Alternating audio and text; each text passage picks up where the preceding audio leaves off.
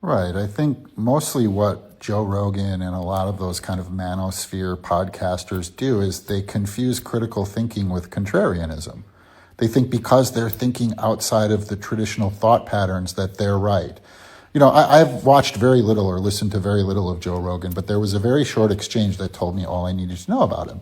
He had played a clip of Joe Biden saying the reason we lost the Revolutionary War because there wasn't enough airports, right? Now, obviously, that's an idiotic thing to say. It makes no sense. And he's going, oh, look at this senile old Joe. This guy's off his rocker. He's lost his mind. He's far too old for the presidency. And then one of his little lackeys pointed out, yeah, but the entire clip is he's actually quoting Trump, who said that.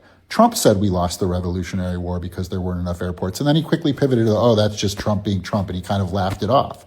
That's not objectivity. That's not critical thinking. That's fucking bootlicking, right? It's being blinded by your preference for one person over another, right? And allowing that to infect your thought process. Contrarianism is not critical thinking. Now, we always should be skeptical. We always should look at things from different angles. We always should be open to new facts, but that's not what they're doing. I mean, take like Graham Hancock, who he loves having on. Oh my God, there must be this mythical, like, lost civilization that seeded all of the other civilizations, which also happens to be what the Nazis believed, because there were pyramids in the same places. It couldn't just be that that pyramids were the easiest way to build up and that the human mind kind of evolved at the same time around there. Oh my God, they all have flood mythologies.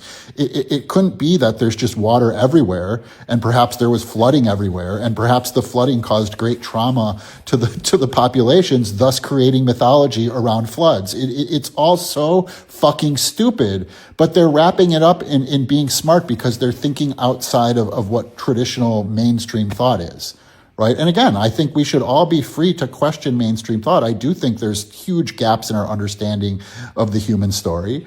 But this idea, like, I'm just going to go off on the Hancock thing, that this idea that there was this like mythical civilization that was circumnavigating the globe and seeding civilizations all over the globe, it's just colonialism repackaged as an origin story for humanity. And again, it's exactly what the Nazis thought.